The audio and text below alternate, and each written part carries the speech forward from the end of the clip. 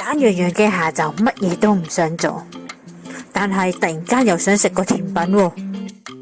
不如嚟個簡單嘅甜品，或者氹下女朋友開心啦。今日會講種好基本嘅甜品 Crisps 可麗餅。喺開始之前，請 follow 我哋嘅頻道啦。喵！講到可麗餅，其實分開日式同法式。日式就會比較大塊、硬身、捲成圓筒形。如果有睇到小忌廉，一定知道佢爸爸就係可麗餅嘅店主。而法式可麗餅比較軟身，好多時都係碟上。講到咁，以為可麗餅係一種好古舊嘅食物，其實係一種19世紀嘅產物。Crisps 嘅前身叫 Galette， 都係一種好薄、好扁平嘅 pancakes。不過 Crisps 咧就係用小麥粉嚟做，即係麵粉。好多時嘅配搭咧都係甜食，而 Galette 就係用蕎麥粉而製造，配搭就係鹹食。兩者都係嚟自法國西北部。Crisps 嘅材料其實同豆沙包都差唔多，都係有嗰幾樣：麵粉、糖、鮮奶油即係忌廉，同埋蛋。麵粉、砂糖先混合一齊過篩，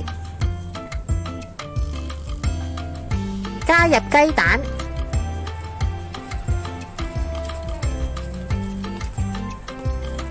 少量嘅植物油增加佢嘅韌性度。忌廉混合至冇粒粒，休息30至1個鐘頭，開細火準備一隻易結鑊。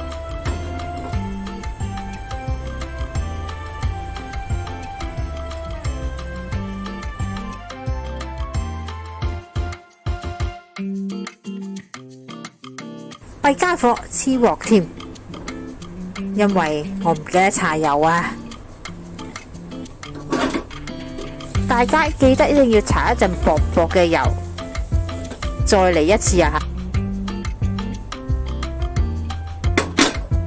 氣泡越嚟越大，可以將佢反轉。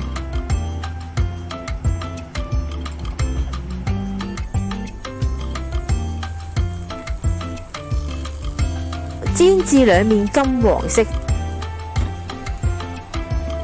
如果煎下發現氣泡上升嘅速度非常之快，代表你隻鑊太熱，熄火，等隻鑊休息1分鐘啦。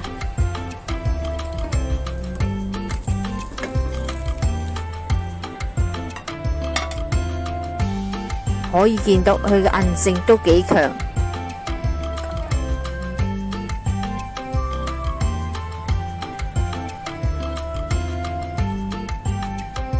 可麗餅其實係一種好百搭嘅材料，屋企有乜就攞乜。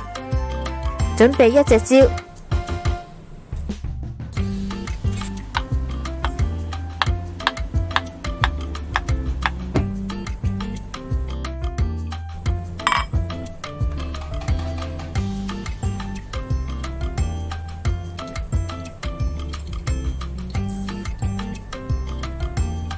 加啲榛子醬或者朱古力醬，再喺冰箱攞杯雪糕出嚟。其實已經贏晒啦！今日嚟到呢度啦，詳細嘅食譜我哋會擺落 Facebook 嗰度，有興趣嘅大家可以去睇一睇。請 like 我哋嘅 Facebook 同埋 YouTube，以便獲得更多嘅資訊啦。